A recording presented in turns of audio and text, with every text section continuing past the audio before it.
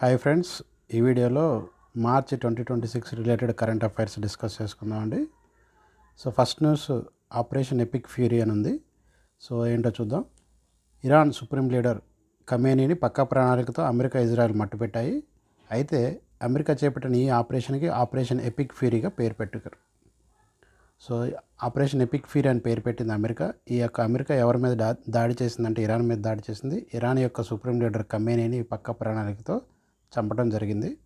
So America పెట్టుకున్న operation పేరు operation epic fury.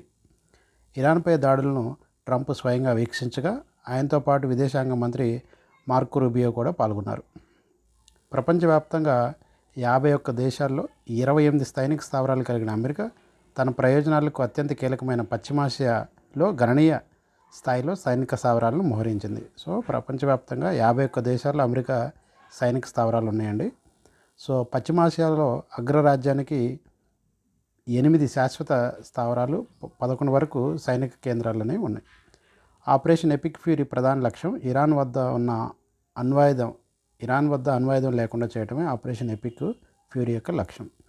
So గతంలోనూ ఆపరేషన్ మిడ్ నైట్ హ్యామర్ ద్వారా ఇరాన్లోని యురేనియం కేంద్రాలపై దాడి చేయడం జరిగింది. ఆపరేషన్ మిడ్ నైట్ హ్యామర్ ఇది ఎవరైనా చేశారంటే అమెరికా. ఎవరి మీద చేసిందంటే ఇరాన్ మీద. ఎందుకంటే ఇరాన్లో ఉన్న యురేనియం కేంద్రాలని ధ్వంసం చేయటం.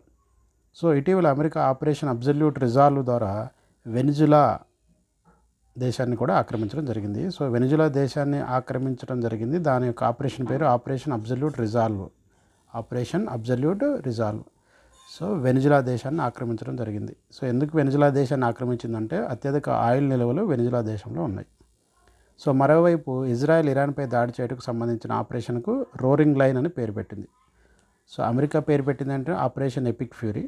ఇజ్రాయెల్ ఏం పేరు పెట్టిందంటే రోరింగ్ లైను. ఇజ్రాయెల్ కానీ అమెరికా కానీ రెండు దేని మీద అటాక్ చేశాయంటే ఇరాన్ మీద అటాక్ చేశాయి. సో అది న్యూస్ అండి ఫస్ట్ది. ఇక నెక్స్ట్ బోట్స్వానా నుంచి కూనోకు 9 చీతాలు చాలా ఇంపార్టెంట్. సో ఆఫ్రికాకు చెందిన బోట్స్వానా నుంచి 9 చీతాలు మధ్యప్రదేశ్లోని కూనో జాతీయ పార్కుకు సురక్షితంగా చేరాయి. ఇది మార్చిలో న్యూస్ అండి 2026. వాటిల్లో 9 చేరాయి కదా, వాటిల్లో 6 ఆడ చీతాలు ఉన్నాయండి. 6 ఆడ చీతాలు ఉన్నాయి, 3 మగ చీతాలు ఉన్నాయి. దీంతోపాటు భారత్లో మొత్తం చీతాల సంఖ్య 48కి చేరింది. సో భారత్లో చీతాల సంఖ్య 48కి చేరింది. సో భారత్లో చీతాల సంఖ్యను పునరుద్ధరించాలనే ప్రణాళికలో భాగంగా 2022లో నమీబియా దేశం నుండి 8 చీతాలను, 2023లో దక్షిణాఫ్రికా దేశం నుండి మరో 12 చీతాలను కునో జాతీయ పార్కుకు తీసుకురావడం జరిగింది. సో నమీబియా నుంచి 8, దక్షిణాఫ్రికా నుంచి 12, ఇప్పుడు బోట్స్వానా నుంచి 9. సో ఆ విధంగా మొత్తం భారత్లో చీతాల సంఖ్య 48 చేరింది. ఇక నెక్స్ట్ ప్రాజెక్ట్ చీతా నుంచి ప్రవేశపెట్టిన సంవత్సరం 2022. భారత్లో ఒక్క చీతా కూడా లేదని 1952లో ధృవీకరించడం జరిగింది. ఇంటర్నేషనల్ చీతా డే ఎప్పుడంటే డిసెంబర్ 4. ఇక నెక్స్ట్ రైస్ ఫోర్టిఫికేషన్ పథకం రద్దు. చూద్దాం.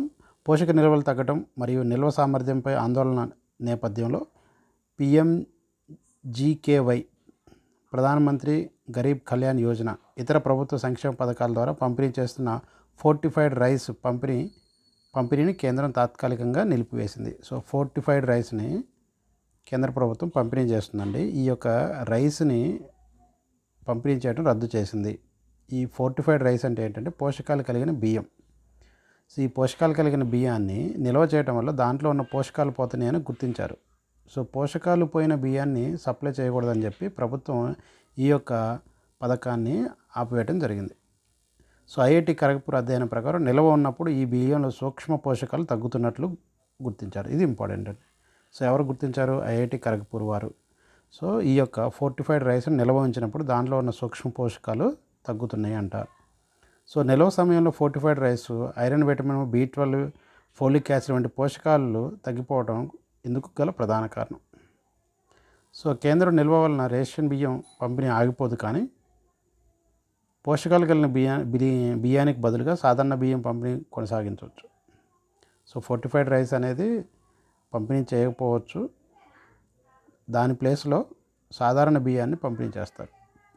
PMGKY పథకాన్ని ప్రవేశపెట్టి 2020 మార్చిలో ప్రవేశపెట్టారు. ఈ పథకం ద్వారా 80 కోట్ల పైన లబ్ధిదారులు కలరు. ఇక నెక్స్ట్ నేషనల్ ఫుడ్ సెక్యూరిటీ యాక్ట్ను ప్రవేశపెట్టిన సంవత్సరం 2013. World food security day June 7. IIT Kharagpur స్థాపన 1951. ప్రధాన కార్యాలయం Kharagpur, west Bengal. So director Suman Chakrabarti. ఇక నెక్స్ట్ న్యూస్ చూద్దాం. ఢిల్లీ మద్యం కేసులో అరవింద్ కేజ్రీవాల్, కవితతో పాటు 20 మందికి విముక్తి కల్పిస్తూ కోర్టు కీలక తీర్పు ఇచ్చిందంట. సో దేశవ్యాప్తంగా సంచలనం సృష్టించిన ఢిల్లీ మద్యం వివాదం కేసులో తగిన ఆధారాలు లేవని పేర్కొంటూ అరవింద్ కేజ్రీవాల్, మనీష్ సిసోడియా, కల్వకుంట్ల కవిత సహా 23 మందిని ఢిల్లీలోని రోజ్ అవెన్యూ కోర్టు నిర్దోషులుగా ప్రకటించింది. సో ఈ యొక్క ఢిల్లీ కేసులో వీళ్ళందరినీ నిర్దోషులుగా ప్రకటించింది. So micron technology semiconductor plant, ఇది చాలా ఇంపార్టెంట్ అండి. ఇది సెమీకండక్టర్ ప్లాంట్. సో పేరు ఏంటిదంటే మైక్రాన్ టెక్నాలజీ. ఇది ఒక అమెరికా కంపెనీ అండి. గుజరాత్లోని సనంద్లో మైక్రాన్ టెక్నాలజీకి చెందిన సెమీకండక్టర్ ప్లాంట్ని ప్రధాని మోదీ ప్రారంభించారు.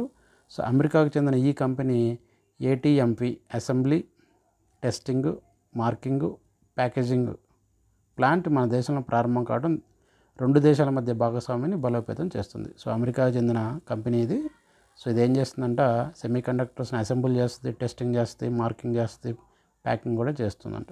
So India semiconductors mission program ప్రవేశపెట్టిన సంవత్సరం 2021 మరియు అంచనా వ్యయం 76,000 కోట్లు. 2030 నాటికి $100 బిలియన్ మార్కెట్ సాధించడం దీని యొక్క ముఖ్య ఉద్దేశం. ఇక నెక్స్ట్ న్యూస్. ఆంధ్రప్రదేశ్ జ్యుడిషియల్ అకాడమీకి శంకుస్థాపన. సో జ్యుడిషియల్ అకాడమీ ఎక్కడుందంటే ఆంధ్రప్రదేశ్లో శంకుస్థాపన చేశారు. దేశంలోని తొలిసారిగా ఏర్పాటు చేయబోతున్న జ్యుడిషియల్ అకాడమీ ఎక్కడంటే అమరావతిలో పిచ్చికలపాలెం అంట. సో భారత సుప్రీంకోర్టు ప్రధాన న్యాయమూర్తి జస్టిస్ సూర్యకాంత్ శంకుస్థాపన చేయడం జరిగిందండి. ఇక నెక్స్ట్ ఈ అకాడమీ ఏర్పాటుకు సంబంధించి కేటాయించిన స్థలం 4.83 ఎకరాలు మరియు దీని ద్వారా 120 మంది ట్రైనీ జడ్జీలకు శిక్షణ ఇవ్వడం జరుగుతుంది. ట్రైనీ జడ్జీలకు శిక్షణ అనేది ఇవ్వడం జరుగుతుంది. ఇక నెక్స్ట్ ఆంధ్రప్రదేశ్ హైకోర్టు ప్రస్తుత ప్రధాన న్యాయమూర్తి జస్టిస్ ధీరజ్ సింగ్ ఠాకూర్ గారు ఉన్నారండి. కేంద్ర న్యాయశాఖ మంత్రి అర్జున్ రామ్ మేఘ్వాల్ ఉన్నారు. నల్సా చైర్మన్గా జస్టిస్ విక్రమ్నాథ్ గారు ఉన్నారు. ఇక నెక్స్ట్ న్యూస్ మళ్ళీ ఏపీదే. ఆంధ్రప్రదేశ్లో బ్లూజెట్ హెల్త్ కేర్ యూనిట్ ఏంటో చూద్దాం.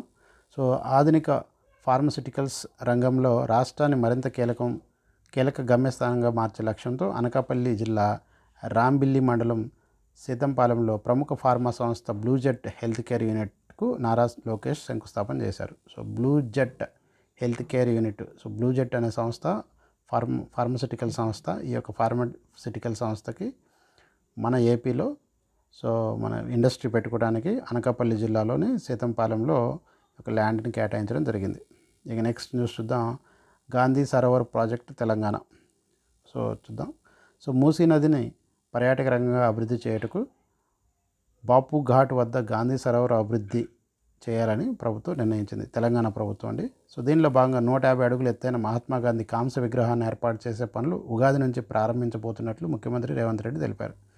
సో 150 అడుగులు ఎత్తైన మహాత్మా గాంధీ విగ్రహం అంటండి. సో ప్రస్తుతం దేశంలో ఎత్తైన గాంధీ కాంస్య విగ్రహం పాట్నాలోని గాంధీ మైదానంలో ఉంది. సో 72 అడుగులు అంటండి. అది 72 అడుగులు ఎత్తైన గాంధీ విగ్రహం, కాంస్య విగ్రహం పాట్నాలో ఉందండి.